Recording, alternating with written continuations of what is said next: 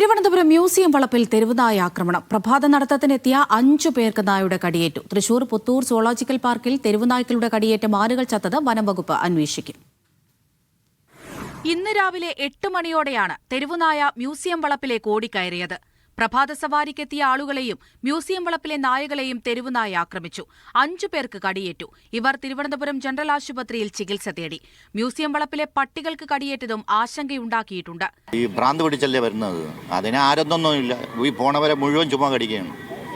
അതിങ്ങനെ അലഞ്ഞു നടക്കുന്നത്. ഇനിയിപ്പം പേടിക്കേണ്ടത് ഇവിടെ സ്ഥിരമുള്ള നായ്ക്കളെയും കടിച്ചളഞ്ഞു.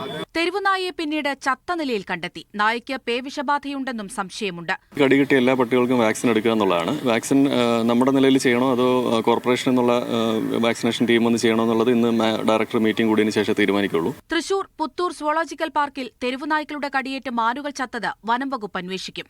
ചീഫ് വൈൽഡ് ലൈഫ് വാർഡന്റെ നേതൃത്വത്തിൽ പ്രത്യേക അന്വേഷണ സംഘമാണ് സംഭവം അന്വേഷിക്കുക. തെരുവുനായ്ക്കളുടെ ആക്രമണത്തിൽ 10 മാനുകളാണ് ചത്തത്. സുവോളജിക്കൽ പാർക്കിലെ സുരക്ഷാ വീഴ്ചയിൽ പ്രതിഷേധിച്ച് കോൺഗ്രസ് മാർച്ച് നടത്തി.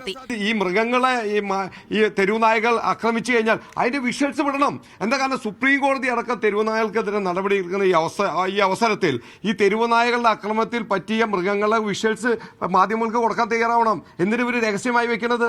അപ്പൊ ഇവരുടെ ഭാഗത്തുനിന്ന് ഗുരുതരമായ വീഴ്ചയല്ല ഉണ്ടായിട്ടുള്ളത്. സുരക്ഷാ ഓഡിറ്റ് പൂർത്തിയാക്കാതെ പാർക്ക് ഉദ്ഘാടനം നടത്തി എന്നാണ് ആരോപണം. തിരുവനന്തപുരം ബ്യൂറോയ്ക്കൊപ്പം മീഡിയ 1 തൃശൂർ.